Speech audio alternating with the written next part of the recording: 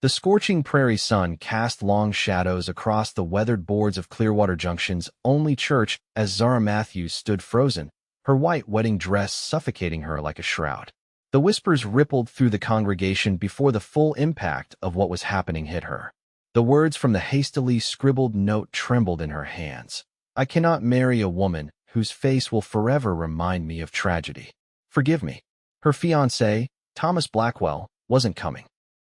He had left her at the altar, humiliated before the entire town because of the scars that marked the right side of her face, a constant reminder of the fire that had taken her parents 5 years ago. "Oh, my dear," Mrs. Abernathy, the seamstress who had lovingly crafted her wedding dress, whispered as she wrapped a protective arm around Zara's trembling shoulders. "Let's get you out of here." Zara barely registered the pitying glances as Mrs. Abernathy guided her through the side door of the church. Her mind was a whirlwind of confusion and shame. For 2 years, Thomas had courted her, had sworn the scars didn't matter, had promised to love her forever. Yet when the moment came to stand before God and everyone, he couldn't bear the thought of waking up to her marred face every morning. The June heat of 1876 beat down on her as they made their way to Mrs. Abernathy's modest home behind the dress shop. The older woman's chatter faded into background noise as Zara's thoughts tumbled over themselves. What would she do now? At 24, she had pinned all her hopes on Thomas. Teaching at the local school had sustained her, but the loneliness of her existence had been bearable only because of the promise of a future with him. "You'll stay with me tonight," Mrs. Abernathy was saying as she helped Zara out of the elaborate wedding dress. "Tomorrow's soon enough to figure things out." But Zara couldn't bear the thought of facing the townsfolk tomorrow or ever again. The pitying looks, the whispered comments that would surely follow her wherever she went. Clearwater Junction had been kind to her after the fire, but kindness wore thin when faced with constant reminders of tragedy. "I can't stay here," she whispered, her voice cracking. "Not after this." Mrs. Abernathy's weathered hands stilled on the buttons of the dress. "What will you do, child?" "My cousin wrote last winter about opportunities in a new settlement out west. Silvercreek, in Colorado Territory." The plan formed in Zara's mind even as she spoke. She said they need a teacher. "Colorado? That's wild country, Zara. Not a place for a woman alone. What's left for me here?" Zara asked, finally meeting the older woman's concerned gaze. "At least there, no one will know me. No one will have watched me be abandoned at the altar." That night, as she lay sleepless on Mrs. Abernathy's spare bed, Zara made her decision. With the first light of dawn, she began packing the few possessions she owned. By the time the town began stirring, she had pinned her resignation to the school board and purchased a ticket on the westbound train with nearly all her savings. 3 days later, after a grueling journey that tested her resolve with every mile, Zara stepped off the train at the last major stop before her destination. Rockridge was a bustling frontier town, its single street lined with businesses catering to miners, ranchers, and those heading farther west. From here, she would need to find passage on the twice-weekly stagecoach to Silvercreek, still a day's journey away. The station was crowded with travelers, most of them men with weathered faces and hardened expressions. Zara kept her head down, the wide brim of her bonnet shielding the right side of her face as she made her way to the stagecoach office. "Next coach to Silvercreek leaves tomorrow morning," the clerk informed her without looking up from his ledger. "That'll be $3. Zara counted out the money, her heart sinking. Another night to wait, and her funds dwindling faster than she'd anticipated. "Is there somewhere I might find lodging for the night?" she asked. The clerk finally looked up, his eyes flickering briefly to the visible scars before he pointed down the street. "Widow Carson runs a boarding house. Clean, respectable. 2 bits for the night." Zara thanked him and turned to leave, only to collide with a solid wall of a man. Strong hands caught her arms, steadying her before she could stumble. "Pardon me, madam," a deep voice drawled. Zara looked up, forgetting momentarily to keep her scarred side turned away. The man before her was tall, with broad shoulders and sun-bronzed skin that spoke of long days under the open sky. A cowboy, judging by his worn leather chaps and the dust that seemed ingrained in the creases of his clothes. His eyes, a startling shade of blue against his tanned face, met hers directly. "No harm done," she murmured, quickly angling her face away as she stepped back. "Excuse me." But the man didn't move immediately. "You heading to Silvercreek?" Zara nodded, uncomfortable under his steady gaze. "Strange coincidence. I'm heading that way myself." He removed his hat, revealing thick dark hair that curled slightly at the nape of his neck. "Archer Kane. I own a ranch about 10 miles outside of Silvercreek." "Zara Matthews," she replied, the ingrained manners of her upbringing taking over despite her discomfort. "You traveling alone, Miss Matthews?" The question brought her defenses up immediately. "I don't see how that's your concern, Mr. Kane." A smile quirked the corner of his mouth. "It's not, except that the road to Silvercreek can be dangerous. Bandits sometimes target the stagecoach, especially when they know the miners are bringing back their earnings." Zara's stomach knotted with fresh anxiety. "I wasn't aware. Most folks aren't until they've made the journey a few times." He settled his hat back on his head. "I've got business to finish here tonight, but I'm riding out at first light. You're welcome to ride with me if you'd prefer not to wait for the stage." Suspicion flared in Zara. She was no fool. A woman didn't accept offers from strange men, especially not in frontier towns. "That's very kind, but I've already purchased my ticket." Archer Kane shrugged, seemingly unbothered by her refusal. "Fair enough. Just thought I'd offer. If you change your mind, I'll be at the livery at dawn." He tipped his hat and moved past her to speak with the clerk. Zara made her way to the boarding house, where the widow Carson, a no-nonsense woman with iron gray hair and sharp eyes, showed her to a small but clean room. "Dinner's at 6 sharp," the widow informed her. "Late arrivals don't eat."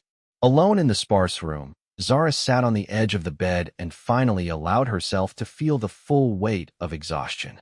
She'd hardly slept since that terrible moment in the church, driven forward only by the desperate need to escape. Now, with nothing to do but wait, doubts began to creep in. What did she really know about Silvercreek? Her cousin's letter had been enthusiastic but vague. What if there was no teaching position available? What if the townsfolk there were no more accepting of her appearance than Thomas had been? She crossed to the small mirror hanging above the washstand and forced herself to look. The scars traced a path from her right temple down to her jaw raised, reddened tissue that pulled slightly at the corner of her eye and mouth. She'd grown accustomed to her reflection, but Thomas's rejection had reopened the wound of self-consciousness. "You're a fool, Zara Matthews," she whispered to her reflection. "Running away won't change your face." But it wasn't just about her scars, she realized. It was about starting fresh where no one knew her tragic past or her humiliating present, where she might build a life based on who she was, not what had happened to her. At dinner, Zara sat at the far end of the long table, keeping to herself as the other boarders, mostly traveling salesmen and a few women who worked at the local establishments, engaged in lively conversation. She was picking at her stew when the name, Kane, caught her attention. "Heard Archer Kane's in town," one of the men was saying. "Buying up more cattle, from what I understand." "That man's building quite an empire," another replied. "Started with nothing 5 years ago. Now his Three Pines Ranch is one of the biggest operations in the territory. Honest man, too." The widow Carson interjected as she refilled coffee cups. "Pays his debts and treats his hands fair. Not like some I could name." Zara listened with growing interest. The cowboy she'd met seemed to be well respected, at least. Perhaps his offer of transportation wasn't as suspect as she'd initially thought. Later that night, as she prepared for bed, Zara weighed her options. The stagecoach wouldn't leave until midday tomorrow, and from what she'd overheard at dinner, it would be crowded and uncomfortable. And then there was the matter of potential bandits. By morning, she'd made her decision. Gathering her single trunk and carpet bag, she settled her account with the widow and made her way to the livery stable just as the eastern sky was beginning to lighten. Archer Kane was already there, saddling a magnificent chestnut gelding. He looked up at her approach, his expression revealing mild surprise before settling into a welcoming smile. "Miss Matthews, changed your mind, I see. If your offer still stands," she said, straightening her shoulders to project a confidence she didn't entirely feel. "It does." He nodded to a smaller, dappled mare in the next stall. "Hope you can ride." "It's a long day's journey, and I prefer not to stop more than necessary." "I can ride," Zara confirmed, though it had been years since she'd been on horseback. "But I have my trunk." Already taken care of. Archer gestured to a pack horse being loaded by a stable hand. My ranch hand, Billy, rode in with me. He'll take your trunk on the pack animal. Within the hour, they were on the trail heading west from Rockridge. Zara's mare, which Archer called Pepper, was thankfully gentle and responsive. The morning air was crisp, the vast landscape stretching before them a patchwork of golden prairie grasses and distant, purple-shadowed mountains. Billy, a wiry youth who couldn't have been more than 17, rode some distance behind them with the pack horse. Archer set a steady pace, not pushing the horses, but making good time nonetheless.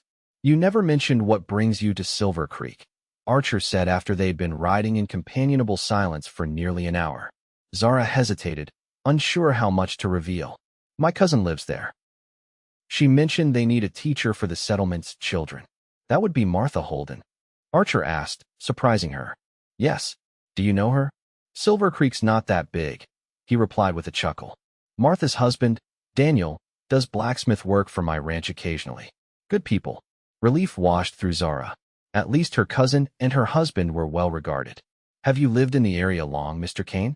5 years. Came west after the war with not much more than my horse and the clothes on my back. His gaze swept the horizon with a proprietary pride.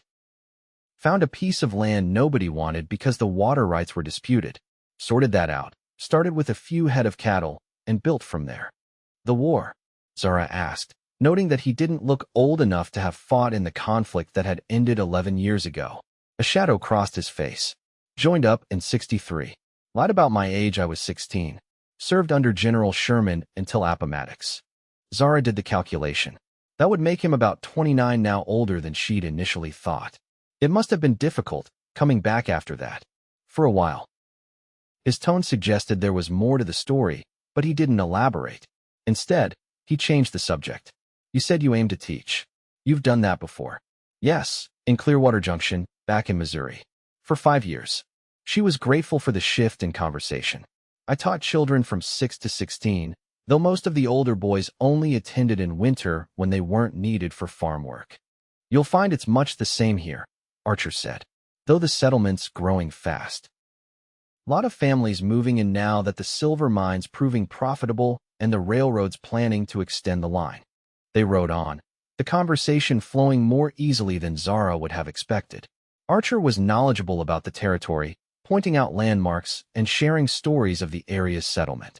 He was careful not to pry into her personal history, something she deeply appreciated. They stopped at midday beside a small creek to rest the horses and eat the lunch that the widow Carson had packed for Zara. Archer and Billy had their own provisions, simple fare of jerky, hardtack, and coffee brewed over a small fire. How much farther to Silvercreek? Zara asked as they prepared to mount up again. We should reach it by dusk if we keep this pace, Archer replied, helping her onto Pepper with a steady hand at her elbow. His touch was impersonal but courteous, and Zara found herself grateful for his lack of either pity or undue attention. The afternoon brought gathering clouds and a freshening wind that carried the scent of rain. Archer frowned at the darkening sky. Storm's coming faster than I expected, he said. We might need to seek shelter if it hits before we reach town. Sure enough, within the hour, distant thunder rumbled, and fat raindrops began to pelt them. The wind picked up, driving the rain sideways, and Zara was soon soaked despite the oilskin coat Archer had insisted she wear. There's a line shack about a mile ahead, Archer called over the increasing roar of the storm. We'll wait it out there. They urged the horses to a faster pace, and soon a small, rough-hewn cabin came into view. It was little more than a shelter for cowboys working this section of range, but to Zara, it looked like a palace as lightning split the sky overhead. Archer dismounted quickly and helped Zara down before leading the horses to a lean-to attached to the cabin. Billy followed suit, securing the pack horse and their gear. The interior of the line shack was Spartan, a single room with a stone fireplace, a rough table with 2 chairs, and a narrow cot in one corner. A few shelves held basic supplies, coffee, beans, flour, and the like. It's not much, Archer apologized as he set about starting a fire, but it'll keep us dry until this passes. Billy had remained outside to care for the horses, and Zara suddenly became acutely aware of being alone with a man she'd known for less than a day. Proper as Archer had been thus far, she couldn't help but feel vulnerable. As if sensing her discomfort, Archer spoke without looking up from his task. Miss Matthews, you have my word as a gentleman that you're safe here. Once the fire's going, I'll join Billy with the horses until you've had a chance to dry off. Warmth that had nothing to do with the nascent fire filled Zara's chest. Thank you, Mr. Kane. Once the fire was crackling merrily, Archer excused himself, leaving Zara alone to remove her sodden outer garments and dry her hair as best she could. Her dress was damp, but not soaked through, thanks to the oilskin coat. Outside, the storm raged, rain drumming on the wooden roof and wind howling around the eaves. Zara stood before the fire, grateful for its warmth and for Archer Kane's unexpected courtesy. In her experience, men who showed such consideration were rare. When a knock sounded at the door some 20 minutes later, Zara had composed herself and was feeling considerably warmer. Come in, she called. Archer entered, his hair and shoulders still damp despite having shed his own oilskin. Storm's setting in for a while, he reported. We might need to stay the night if it doesn't let up soon. Zara's heart sank. Proper as Archer seemed, spending the night in such close quarters would be scandalous. Is there no way to reach Silvercreek? Not safely. The creek we crossed earlier will be rising fast, and there's another, larger one between here and town. He ran a hand through his wet hair. I know it's not ideal, Miss Matthews, but I promise you'll be safe. Billy and I will sleep in the lean-to with the horses. I couldn't ask you to do that, Zara protested, genuinely concerned. It's cold, and you're already wet. We've slept in worse conditions, Archer assured her with a wry smile. Cowboys learn to be comfortable wherever they lay their heads. Billy entered then, carrying Zara's carpet bag. Thought you might want this, madam. It stayed pretty dry under the oilskin. Thank you, Billy. Zara accepted the bag gratefully. At least she'd have a change of clothes and her hairbrush. Archer moved to the shelves and began taking stock of the supplies. We've got coffee, beans, and flour. Not a feast, but it'll do for tonight. As he and Billy set about preparing a simple meal, Zara found herself observing Archer more closely. His movements were efficient, his hands capable as he worked. There was something reassuring about his presence, a steadiness that made her feel secure despite their predicament. The storm showed no signs of abating as they shared a meal of beans, pan bread, and strong coffee. The conversation flowed naturally, with Billy sharing amusing tales of ranch life, and Archer occasionally adding a dry comment or correction. Zara found herself laughing for the first time since that awful day at the church. When the meal was finished and the few dishes washed, Archer announced that he and Billy would retire to the lean-to. The cot's yours, Miss Matthews. There are extra blankets in that trunk by the wall if you need them. Mr. Kane, Zara said before he could leave. I want to thank you for your kindness today. Not everyone would have been so considerate. Something flickered in his blue eyes, a warmth that made her breath catch momentarily. It's nothing any gentleman wouldn't do, Miss Matthews. But they both knew that wasn't entirely true. Plenty of men would have seen her situation as an opportunity to take advantage. Nevertheless, I'm grateful. She smiled, forgetting for a moment to keep the scarred side of her face turned away. Archer's gaze didn't waver, didn't drop to her scars, didn't fill with the pity or revulsion she'd grown accustomed to seeing. He simply nodded, wished her good night, and left with Billy in tow. Alone again, Zara prepared for bed, changing into her nightdress and laying her damp clothes near the fire to dry. As she settled onto the narrow cot, pulling the rough blanket up to her chin, she found herself thinking about Archer Kane's steady blue eyes and the way they looked directly at her, all of her, without flinching. She fell asleep to the sound of rain on the roof and the occasional rumble of thunder, feeling safer than she had in a very long time. Morning brought clear skies and birdsong. Zara woke to the scent of coffee and the quiet murmur of male voices outside. She dressed quickly in her now dry clothes from yesterday, grateful that her trunk with its additional garments would soon be accessible. When she emerged from the cabin, she found Archer tending to the horses while Billy packed away the cooking supplies. The world had been washed clean by the storm, the prairie grasses glistening with lingering raindrops in the early sunlight. Good morning, Miss Matthews, Archer called, straightening from checking Pepper's hooves. Hope you slept well. Better than I expected to, she admitted. Have you been up long? Since dawn. He offered her a tin cup of coffee. We should reach Silvercreek by mid-morning if we start soon. They were on the trail within the hour, the horses refreshed and eager after their night's rest.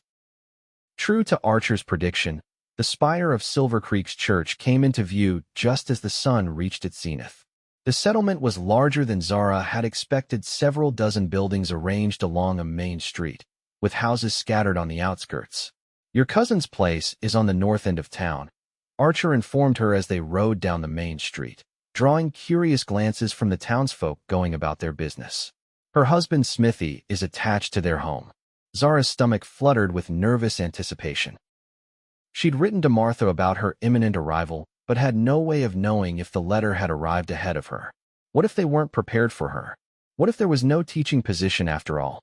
Her worries were put to rest when they reached a tidy white house with a large workshop attached. A plump woman with honey-colored hair piled atop her head was sweeping the front porch. She looked up at their approach, confusion giving way to delighted recognition. "Zara? Is that you?" Martha Holden dropped her broom and hurried down the steps. "Hello, Martha," Zara called, relief washing through her as Archer helped her dismount. Martha embraced her warmly before stepping back to look at her. "My goodness, you're earlier than we expected. Your letter only arrived yesterday." "There was a change of plans," Zara said vaguely, not wanting to explain her hasty departure from Clearwater Junction in front of Archer. Martha's gaze shifted to the cowboy. "Mr. Kane, did you escort my cousin all the way from Rockridge?" "We happen to be traveling the same direction," Archer replied with a polite nod. Miss Matthews was kind enough to provide conversation along the way.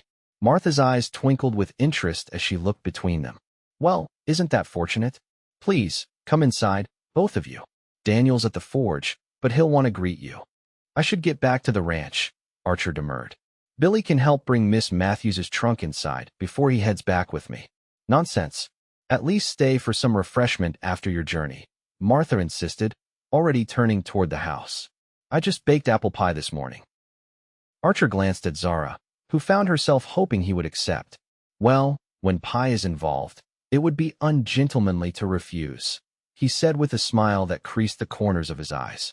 They spent a pleasant hour in the Holden's comfortable kitchen. Daniel joined them, his massive frame and blackened hands a stark contrast to his gentle manner. He and Archer clearly had a friendly relationship, discussing cattle prices and the progress of the railroad, while Martha peppered Zara with questions about her journey.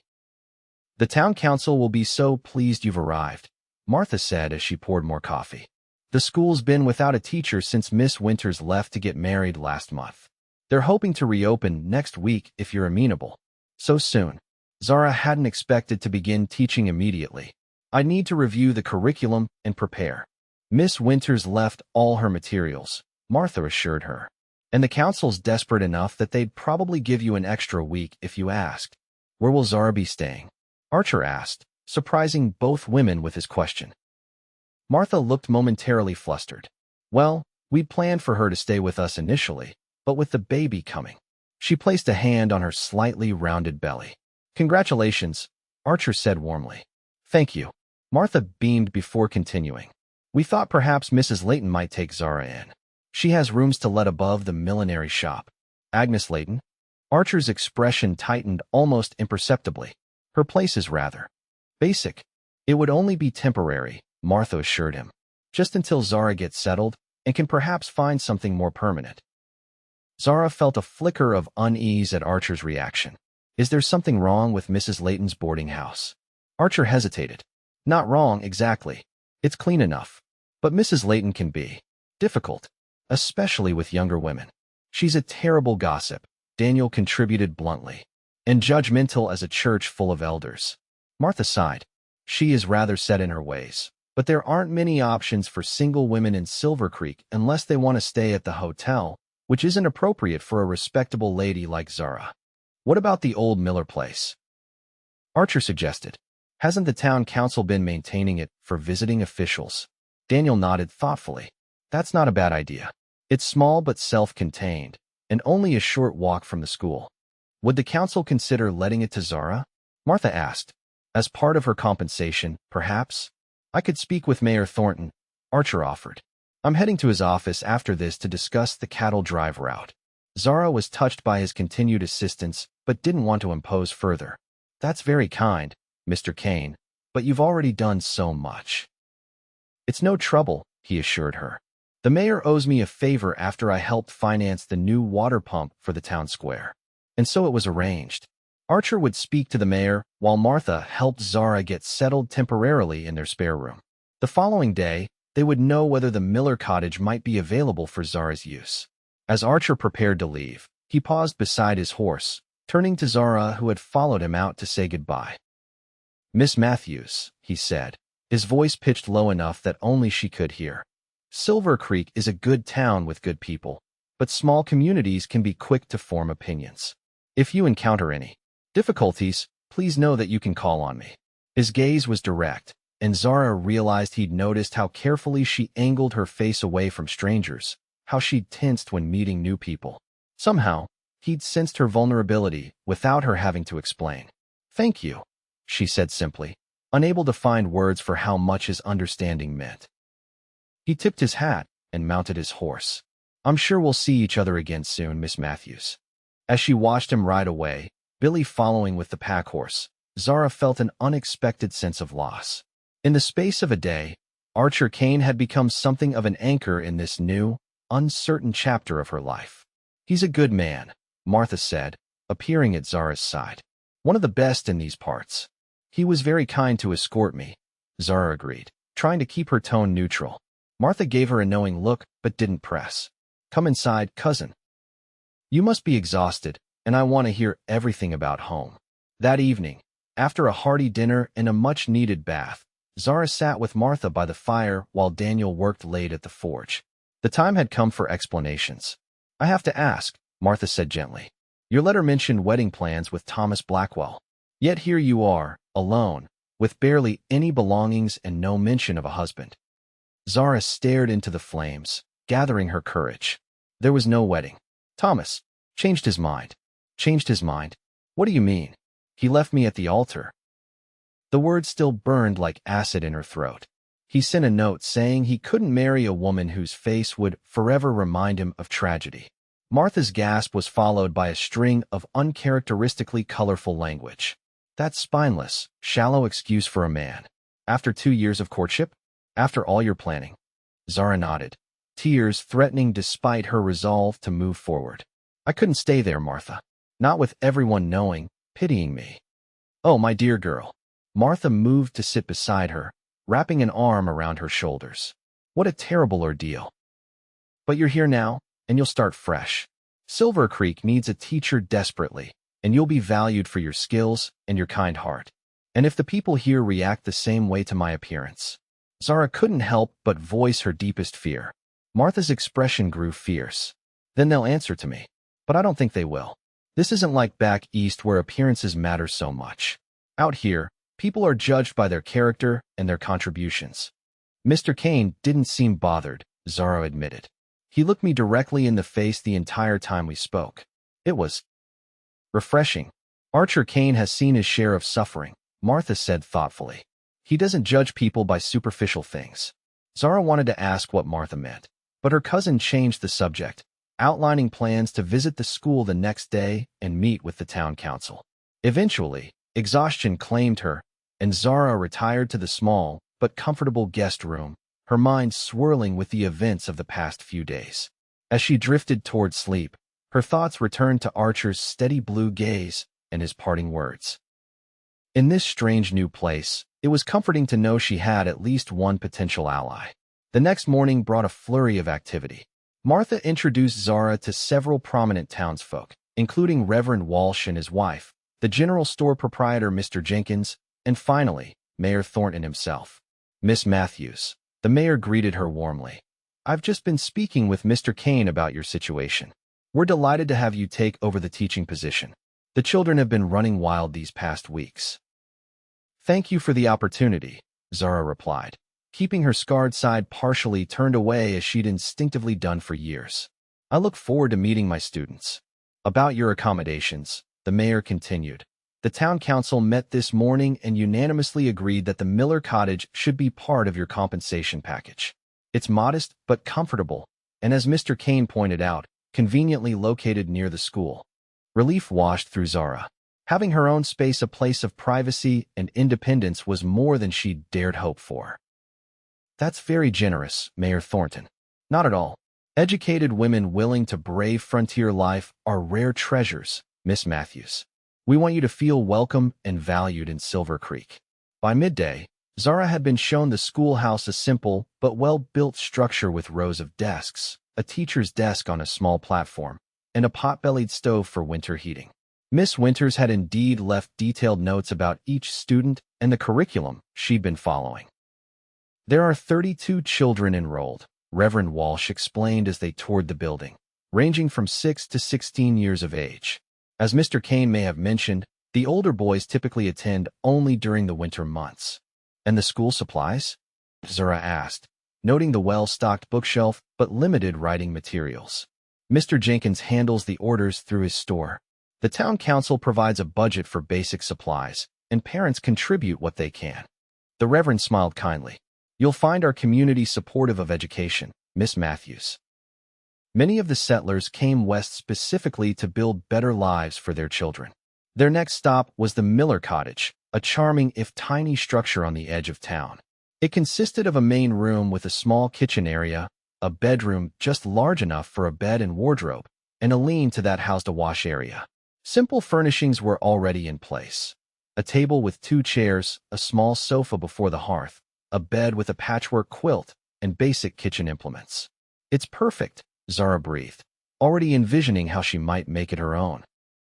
It needs a woman's touch, Martha agreed, but it's solid and weather-tight. Daniel can help you with any repairs that might be needed. They spent the afternoon moving Zara's few possessions into the cottage and purchasing essential supplies from Jenkins's general store. News of the new teacher's arrival had spread quickly, and Zara found herself the recipient of several small welcome gifts. A loaf of fresh bread from the baker's wife, a jar of honey from the Wilsons who kept bees, and a vase of wildflowers delivered by a shy girl who introduced herself as one of Zara's future students. By the time evening fell, Zara was exhausted but heartened by the community's reception. Despite her initial self-consciousness, few people had reacted noticeably to her scars. Those who did seemed to quickly move past them, focusing instead on her qualifications and their hopes for the school. Martha and Daniel insisted she join them for dinner, and as they walked the short distance to their home, Zara caught sight of a familiar figure dismounting before the mayor's office. Mr. Kane, she called before she could think better of it. Archer turned, his face lighting with recognition. Miss Matthews, settling in well, I hope. Very well, thanks in large part to your suggestion about the Miller Cottage. She smiled, genuinely pleased to see him again. The mayor said the council approved it this morning. Good. It seemed the most sensible solution. He fell into step beside them, nodding a greeting to Daniel. I've just returned from checking the north pasture. Thought I'd update the mayor on the condition of the bridge after the storm. Will you join us for dinner? Martha invited. We have plenty, and I'm sure Zara would like to thank you properly for your help. Archer glanced at Zara, something warm flickering in his gaze. If Miss Matthews doesn't object to my company again so soon, I'd be honored. Not at all, Zara assured him, surprised by how pleased she felt at the prospect. Though I'm afraid I've already imposed on your kindness more than enough. It's been my pleasure, he said simply, and the sincerity in his voice made her cheeks warm. Dinner was a lively affair. Daniel shared news of a significant order from the mining company. Martha discussed plans for the baby's arrival in winter, and Archer entertained them with tales of his ranch hand's recent mishaps with a particularly stubborn bull. Zara found herself laughing more than she had in months, perhaps years. The tight knot of anxiety that had been her constant companion since Thomas's rejection began to loosen, replaced by a cautious optimism about her new life in Silvercreek. As the evening wound down, Archer offered to walk Zara back to her cottage, citing the lateness of the hour. Martha's knowing smile suggested she approved of the arrangement, though Zara wasn't entirely sure what her cousin thought she knew. The night was clear, stars blanketing the sky in a display far more magnificent than anything Zara had seen back east. The air held the crispness of early summer at high altitude, and a gentle breeze carried the scent of sage and distant pine. It's beautiful here, Zara said as they walked slowly along the quiet street. so vast and open. That's what drew me west, Archer admitted. After the war, everything back east felt confining. Too many memories, too many expectations. I can understand that feeling, Zara murmured. Sometimes a fresh start is the only way forward. Archer glanced at her, his expression thoughtful in the moonlight. Is that what you're seeking in Silvercreek? A fresh start? For a moment, Zara considered deflecting the question. But something about the quiet night and Archer's steady presence made honesty feel safer than evasion. Yes, she said simply. Life in Clearwater Junction became untenable. They reached the cottage, pausing before the small porch. Archer didn't press for details, but his gaze was quietly attentive, inviting confidence without demanding it. Zara found herself continuing, the words coming more easily than she'd expected. I was engaged to be married. The wedding was set, guests assembled. But my fiancé never arrived. He sent a note instead, saying he couldn't bear to wake up every morning to a face that reminded him of tragedy. She touched her scarred cheek unconsciously, the gesture as familiar as breathing. I got these in a fire 5 years ago, the same fire that took my parents. Thomas claimed they never bothered him, but in the end, he revealed himself to be unworthy of you. Archer finished, his voice low and fierce. A man who abandons his bride over scars isn't a man at all. The vehemence in his tone startled her. You don't find them disturbing? The question slipped out before she could stop it. Archer's expression softened. May I? He asked, lifting his hand toward her face but not touching her until she nodded hesitantly. His fingertips traced the path of her scars with the lightest of touches, from temple to jaw. There was no revulsion in his eyes, no pity, only a gentle appreciation that made her breath catch. You survived, Zara, he said, using her given name for the first time. These marks tell a story of courage and endurance. There's beauty in that, more beauty than in any unmarked face that's never known suffering. Tears welled in Zara's eyes at his words. No one had ever spoken of her scars that way before, as a testament to strength rather than a disfigurement to be pitted or hidden. Thank you, she whispered, unable to articulate the depth of her gratitude for his perspective. Archer stepped back, seeming to realize the intimacy of the moment. I should let you rest. Tomorrow will be busy for you, I imagine. Yes, Zara agreed, regaining her composure. The school board wants to meet in the morning, and I need to prepare for classes starting Monday. Then I'll bid you good night. He tipped his hat, his smile warm in the moonlight. Perhaps I could call on you Sunday afternoon? I'd be happy to show you more of the area if you'd be interested. I'd like that, Zara replied, surprised by how much she meant it. As she watched him walk away, a curious lightness filled her chest. For the first time since that terrible day at the church, she felt something like hope blooming within her, hope not just for a new beginning professionally, but perhaps personally as well. The next few days passed in a whirlwind of preparation. Zara met with the school board, reviewed student records, organized lesson plans, and slowly made the Miller cottage feel like home. Martha helped her hang curtains and provided cuttings from her herb garden for the small plot behind the cottage. Sunday dawned bright and clear. Zara attended services at the small church where Reverend Walsh introduced her to the congregation, many of whom were parents of her future students. She felt the curious gazes, saw a few startled glances at her scars, but overall, the community's welcome was warm. After the service, she returned to the cottage to prepare for Archer's visit. She changed from her church dress to a simpler blue gown that Martha insisted brought out her eyes, and pinned her dark hair in a looser style than she typically wore. Archer arrived promptly at 2 o'clock, driving a light buggy instead of riding horseback. I thought you might prefer this to riding, he explained as he helped her up to the seat. Easier for conversation, and I can show you more of the valley this way. The afternoon was perfect. Archer drove them through the valley surrounding Silvercreek, pointing out landmarks and sharing the history of the settlement. They stopped by a clear mountain stream for a picnic lunch he'd thoughtfully packed, and Zara found herself relaxing completely in his company. Your ranch is in that direction? She asked, pointing toward distant pine-covered slopes. Yes, about 10 miles northwest of town. 3 Pines Ranch. Pride colored his voice. Named for the 3 massive ponderosa pines that stand on the ridge above the main house. It sounds lovely, Zara said, trying to imagine it. How large is your operation? Nearly 6,000 acres, though not all of it's good grazing land. I run about 800 head of cattle now, with plans to expand next year if the railroad deal goes through. He leaned back against a boulder, watching her with those attentive blue eyes. You should visit sometime. See it for yourself. The invitation sent a pleasant flutter through her stomach. I'd like that. Perhaps next Saturday, he suggested. I could pick you up in the morning, show you around the ranch, and have you back by evening. That sounds wonderful, but won't you be busy? Running a ranch must demand constant attention. Archer smiled. I have good men working for me. They can manage without me for a day. As they packed up the remains of their picnic, Zara found herself studying Archer more closely. Despite his easy manner and open conversation, there remained something guarded about him, depths he kept carefully contained beneath his cordial exterior. You mentioned the war changed you, she said carefully as they drove back toward town. Is that why you came west? To escape those memories? A shadow crossed his face. Partly. The war showed me both the worst and the best of humanity. Afterward, I couldn't settle back into the life my family expected. My father wanted me to join his law practice in Boston, continue the Kane legacy.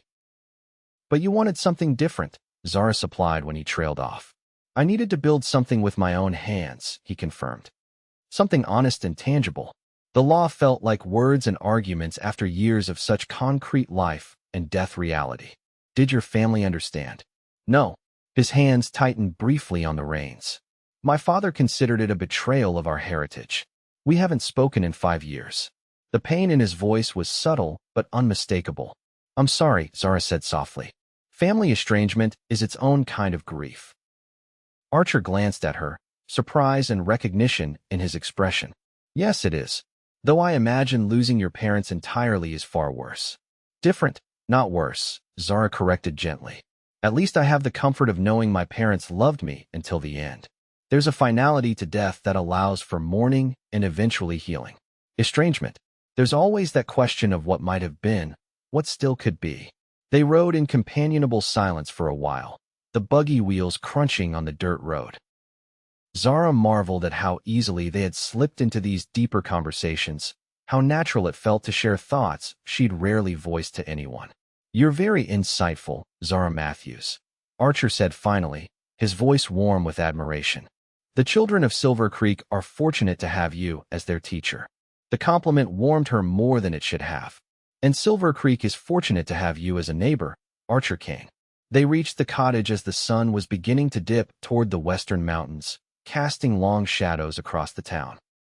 Archer helped her down from the buggy, his hands strong and sure at her waist.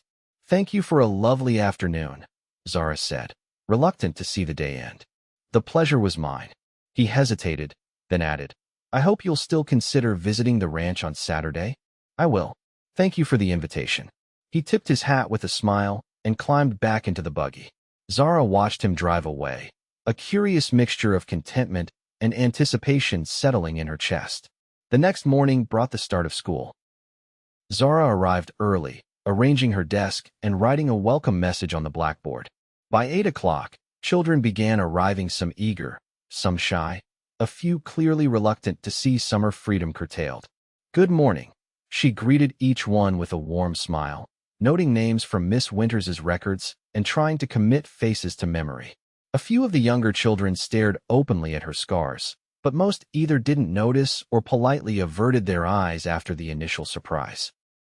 By the time the school bell rang to signal the start of classes, 30 children between the ages of 6 and 15 were seated at their desks, watching her with varying degrees of curiosity. Good morning, class, Zara began, her teacher's voice coming naturally despite her nerves. I'm Miss Matthews, and I'm very pleased to be your new teacher. The day progressed better than she'd dared hope. The children were generally well behaved, if somewhat rusty on their academic skills after a month without instruction. By dismissal time, Zara had a clearer sense of each student's abilities and temperament, and had already begun planning how to group them for more effective teaching. As the children filed out, a girl of about 13 lingered behind. Emma Wilson, Zara recalled, one of the brightest students according to Miss Winters's notes. Miss Matthews. The girl approached her desk hesitantly. I just wanted to say welcome to Silvercreek. Thank you, Emma. That's very kind. The girl fidgeted with the strap of her book satchel. I also wanted to tell you. I think you're very brave. Zara blinked in surprise. Brave? Why would you say that? Because of your scars, Emma said matter-of-factly. My pa has a big scar on his back from the war. He says scars are proof you're stronger than whatever tried to hurt you. Emotion welled in Zara's throat. Your father sounds like a wise man. He is. Emma smiled. And he also says people who judge others by their scars aren't worth bothering about anyway. With that, the girl gave a quick curtsy and hurried out, leaving Zara staring after her with a mixture of astonishment and gratitude. Perhaps Martha had been right about the frontier mentality being different from back east. The rest of the week passed in a similar fashion.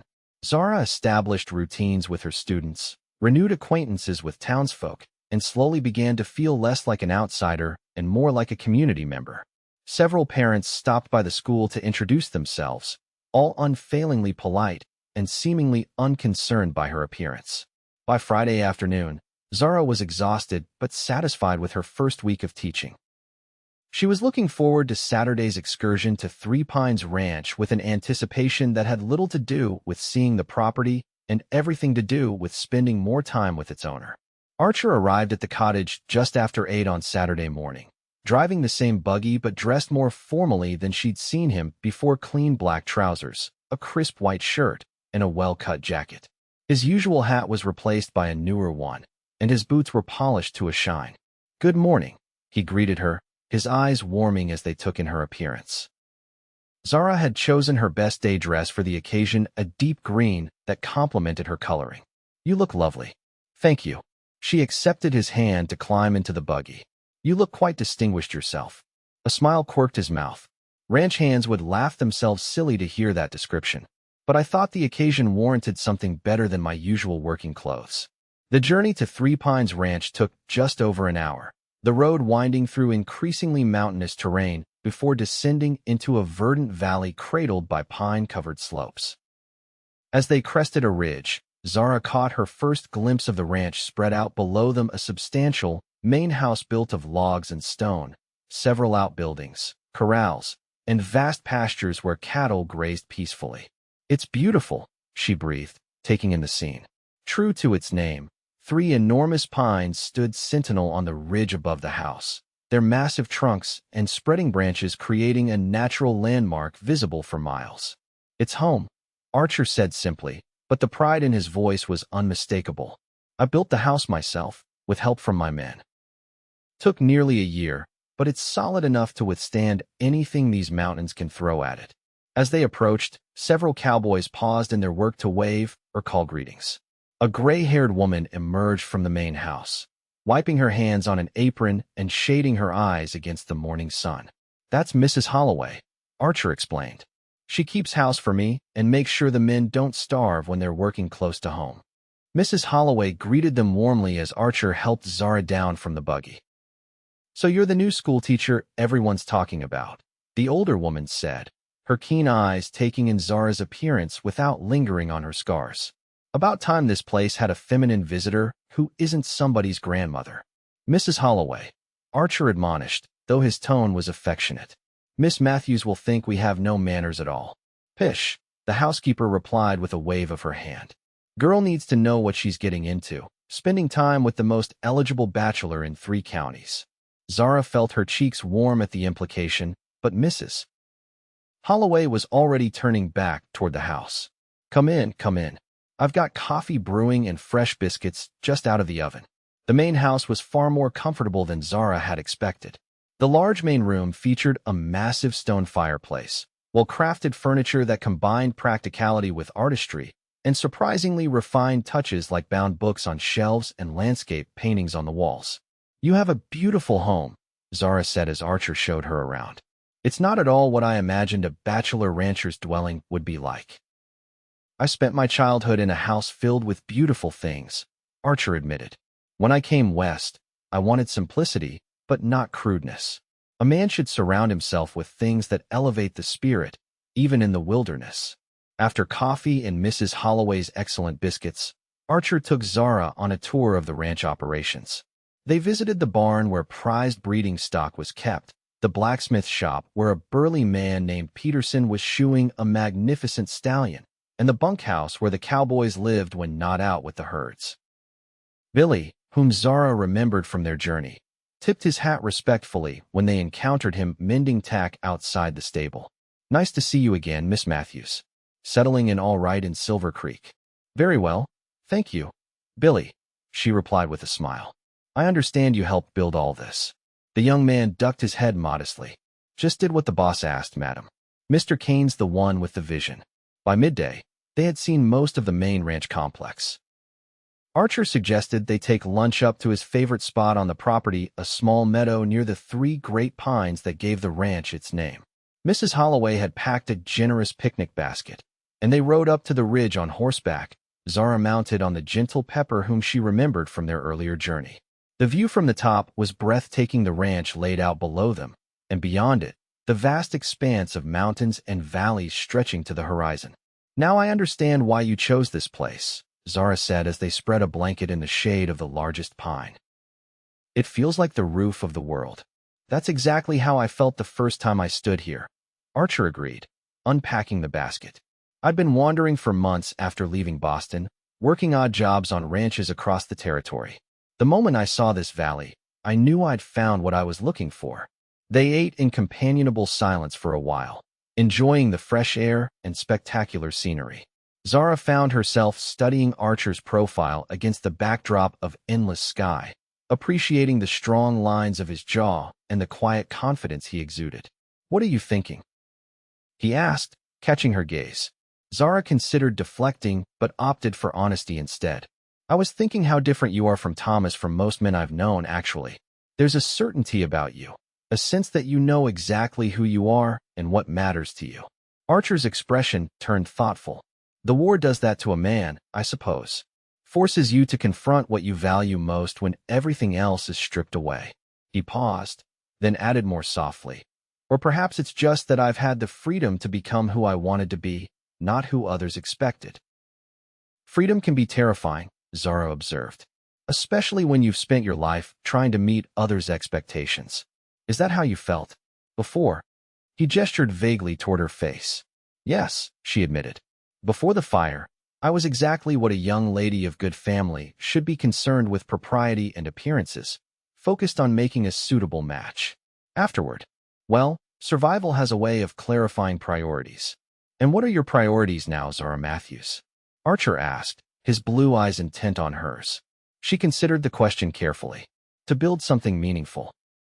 To teach children who might otherwise never have the opportunity for education. To live authentically, without apologizing for circumstances beyond my control." She smiled wryly. "And perhaps, to find someone who sees beyond the surface to who I truly am." "Noble aims," Archer said with approval.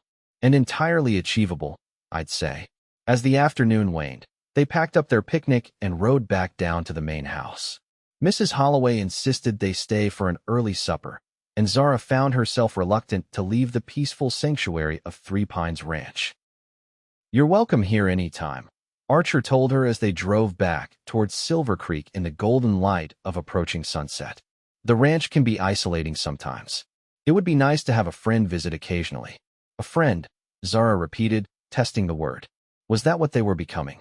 Archer glanced at her, something unreadable flickering in his expression. "For now," he said quietly, "if that's amenable to you." The implication that he might hope for more sent a thrill through her, followed immediately by caution. She'd believed Thomas's promises only to have them shattered at the last moment. Could she trust that Archer's interest wouldn't similarly fade once the novelty wore off? "I'd like that," she said finally. "Friendship is a good place to begin." His smile suggested he understood both what she'd said and what she hadn't. "Indeed it is." The weeks that followed fell into a pleasant rhythm. Zara's days were filled with teaching, while her evenings and weekends increasingly included visits from Archer or outings in his company.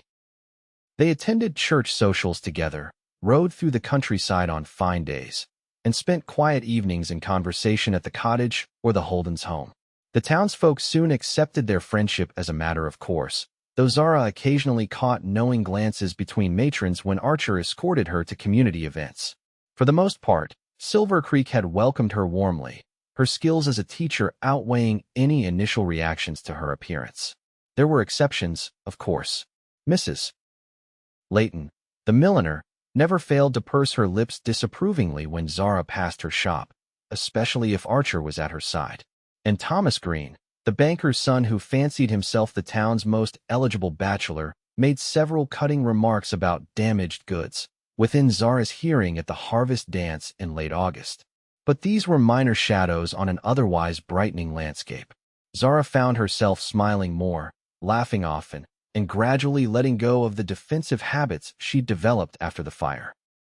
She still instinctively angled her scarred side away from strangers, but among friends, and she was steadily gathering a circle of them, she no longer felt the need to hide. Archer, for his part, never seemed to notice her scars at all. His gaze always met hers directly, his attention focused on her words and expressions rather than her appearance. In his company, Zara sometimes forgot the marks existed of freedom she hadn't experienced since before the fire. As summer gave way to autumn, bringing cooler temperatures and the blazing gold of aspen leaves in the mountains, Zara realized that her feelings for Archer had deepened beyond friendship. His visits were the highlights of her week, his letters when ranch business took him away treasured possessions to be read and reread. What she couldn't determine was whether he felt the same. Archer was unfailingly courteous, attentive, and generous with his time, but he'd made no declarations beyond friendship, no gestures that couldn't be interpreted as neighborly kindness. In early October, as the first dusting of snow powdered the highest peaks, Martha's condition necessitated bed rest for the remainder of her pregnancy. Zara spent every evening after school at the Holden's home, helping with household tasks and keeping Martha company while Daniel worked. It was during one of these evenings, as they sat before the fire with their needlework, that Martha broached the subject Zara had been avoiding. "You care for him, don't you?" her cousin asked without preamble. "Archer, I mean." Zara's hands stilled on the shirt she was mending. "Is it that obvious?" "Only to someone who knows you well." Martha's smile was gentle. "The question is, why haven't you done anything about it?" "What could I do?" Zara set aside her sewing. "Archer has been a wonderful friend, but he's never indicated he wants more than that." Martha's eyebrows rose skeptically. "The man visits you 3 times a week, writes when he's away, and looks at you like you've hung the moon and stars. If that's not indication enough, I don't know what would be." "He's a gentleman," Zara protested. "He behaves that way with everyone." "Oh, my dear naive cousin." Martha chuckled. "Archer Kane was known as the most confirmed bachelor in the territory before you arrived. He attended social functions out of obligation, never by choice. Now he's at every church social, town meeting, and community event wherever you happen to be." Zara's heart quickened at the thought, but doubt quickly followed. "Even if that's true, how can I be sure it isn't? Pity? Or perhaps he simply enjoys my company as a friend." "Pity?" Martha looked genuinely confused. "Why on earth would he pity you?" "Because of this." Zara gestured to her scarred cheek. "Everyone else does." Martha set her own sewing aside with deliberate care. "Zara Matthews, I have never pitied you a day in my life, and neither has anyone else with sense. You survived a terrible tragedy and built a new life. That commands respect, not pity." "Thomas," Zara began, but Martha cut her off. "Thomas Blackwell is a fool who never deserved you. But his foolishness has nothing to do with Archer Kane, who is wise enough to value substance over appearance." She leaned forward, taking Zara's hands in hers. "The only question that matters is whether you care enough for Archer to risk your heart again." Did she?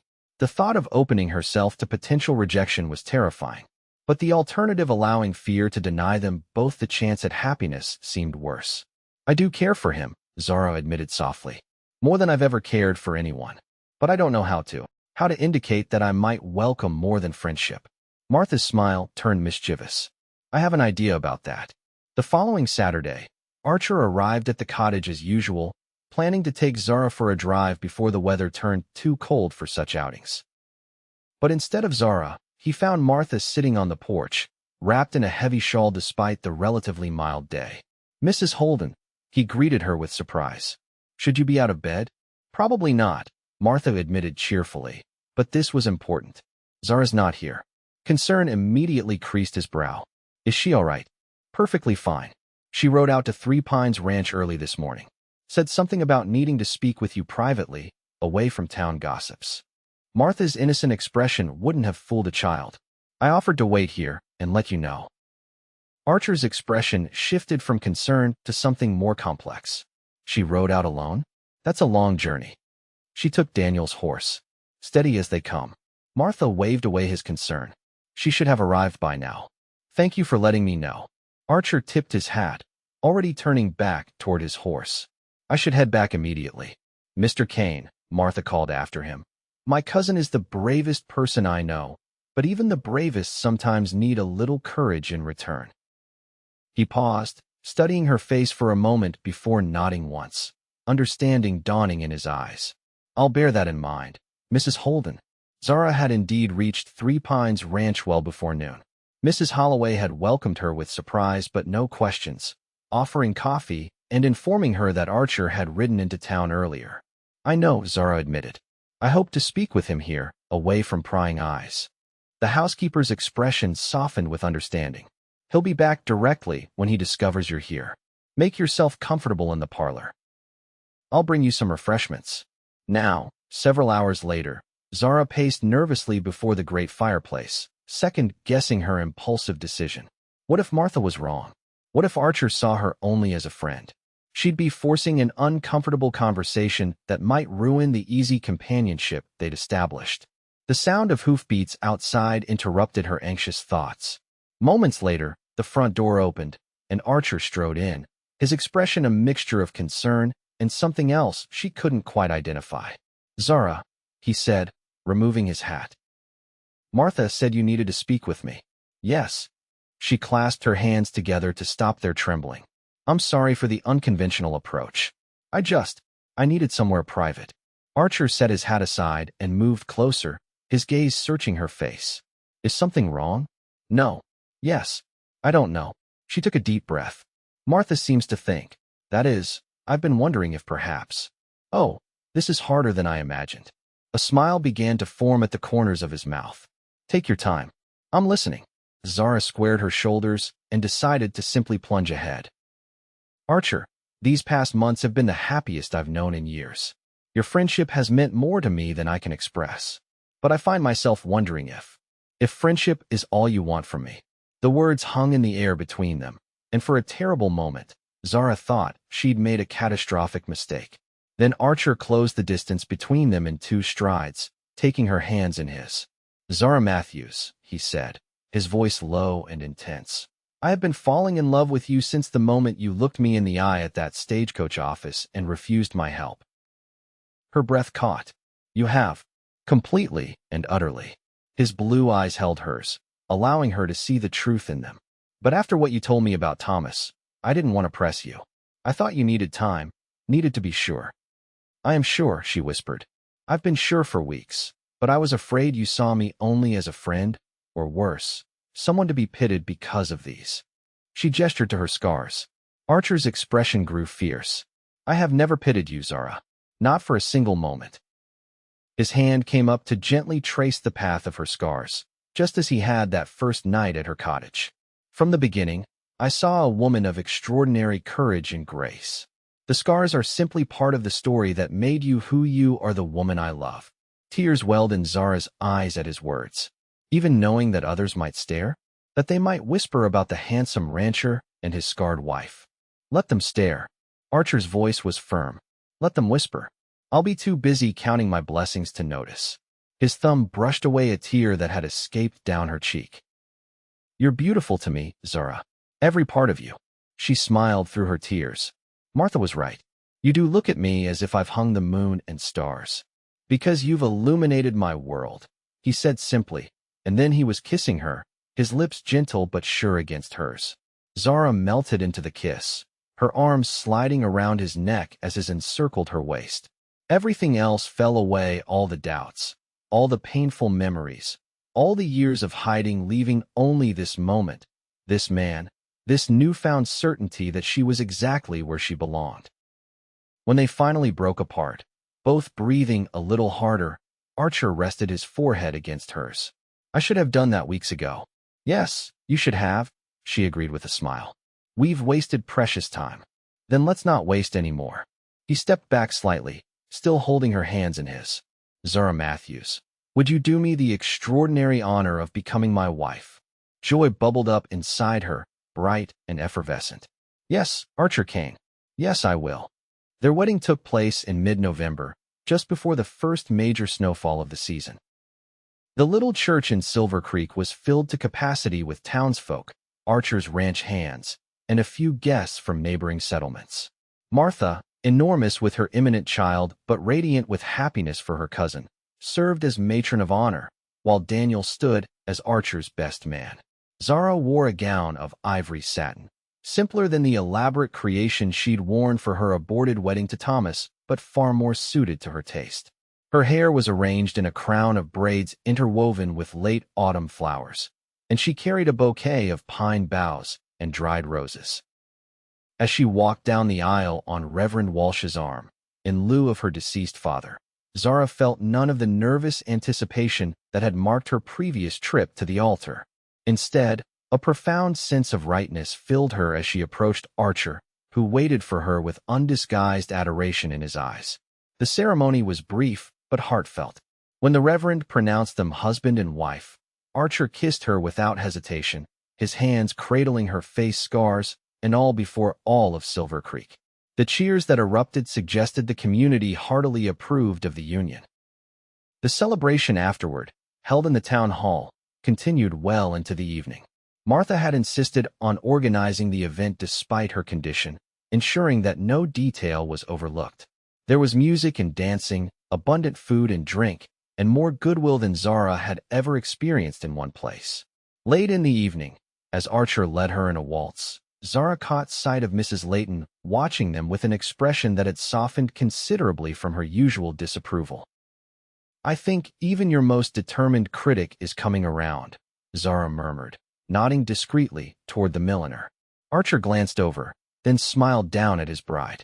"Mrs. Layton is a romantic at heart, for all her stern exterior.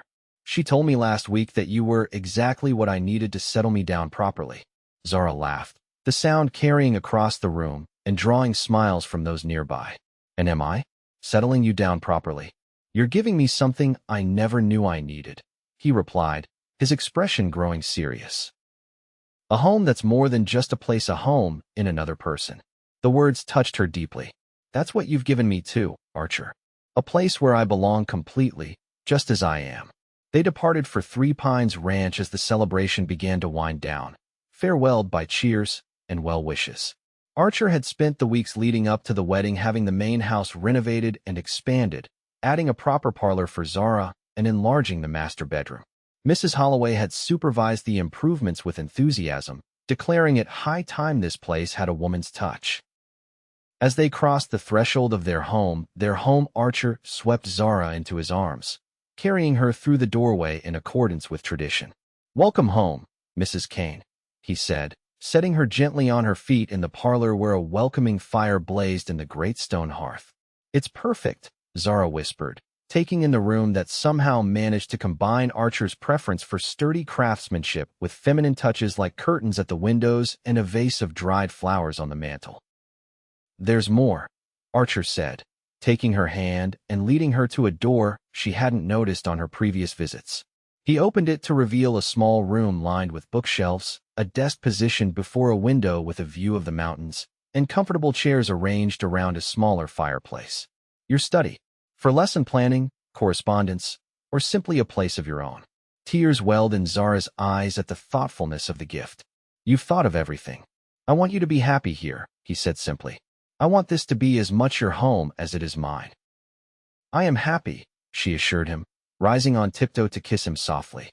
"Happier than I ever imagined possible." Later, as they lay together in the big four-poster bed that now dominated their bedroom, Zara traced lazy patterns on Archer's chest, marveling at the turn her life had taken. "What are you thinking?" he asked, his voice drowsy with contentment. "I was thinking about fate," she replied. "If Thomas hadn't abandoned me, I would never have come west. If you hadn't been in Rockridge that day, I would have taken the stagecoach. If the storm hadn't forced us to shelter in that lined shack." "A series of fortunate events," Archer murmured, pressing a kiss to her temple. Very fortunate, she agreed, though it didn't seem so at the time. Sometimes the worst moments of our lives lead us to the best, he observed. If not for the war, I might never have left Boston. If not for your scars. He traced them gently with his fingertips, a caress that had become a gesture of intimacy between them. We might never have found each other, Zara finished for him. Exactly. He gathered her closer, his arms strong and secure around her. So while I would spare you the pain you endured, I can't help but be grateful for the path that brought you to me. As am I, she whispered, nestling against him. As am I. Winter settled over Three Pines Ranch, blanketing the valley in snow and confining activities largely to the main house and nearby outbuildings. Zara rode into Silvercreek 3 days a week to teach, sometimes staying overnight at the Holdens when the weather threatened, but most evenings found her home with Archer, building the foundations of their life together. Martha gave birth to a healthy boy just before Christmas, naming him James after her father. Zara visited as often as weather permitted, delighting in her role as honorary aunt and bringing gifts knitted during the long winter evenings by the fire. Spring arrived with its usual burst of renewal, and with it came news that the railroad would indeed be extending a line to Silvercreek, bringing new opportunities for growth to the settlement and to Three Pines Ranch. Archer spent long days in the saddle, overseeing the expanded cattle operation and negotiating contracts for the coming year's sales. Zara continued teaching, but as the school term neared its end, she and Archer made a decision. She would not return to the classroom in the fall. Instead, she would focus on establishing a smaller school at the ranch for the children of Archer's hands and neighboring homesteads who lived too far from town for daily attendance. And there was another reason for the change, one that filled them both with quiet joy. By early autumn, they expected their first child. On a perfect June day, almost exactly a year after Zara had first arrived in Silvercreek, she and Archer stood on the ridge near the 3 great pines that gave their home its name. The valley spread below them, verdant with summer growth, cattle dotting the pastures like mobile shadows. Hard to believe it's been only a year, Zara mused, one hand resting on the gentle swell of her belly. So much has changed. For the better, Archer said, his arm around her waist. Though some things remain constant. He gestured toward the mountains on the horizon, eternal in their majesty. Like love, Zara added softly. The kind that sees beyond surfaces to what truly matters. Archer turned to face her fully, his hands framing her face with infinite tenderness. You know, I never properly thanked Thomas Blackwell, he said with a twinkle in his eye. Thanked him? Zara raised an eyebrow. For what? For being fool enough to let you go. He traced the line of her scars, a gesture that had become one of love rather than acknowledgement of difference. His loss was my immeasurable gain. Mine too, Zara whispered, stretching up to meet his kiss as the warm June breeze swept around them, carrying the scent of pine and promise. In the years that followed, the story of Archer and Zara Kane became something of a legend in Silvercreek, how the Boston-born rancher and the scarred schoolteacher had found in each other exactly what they needed.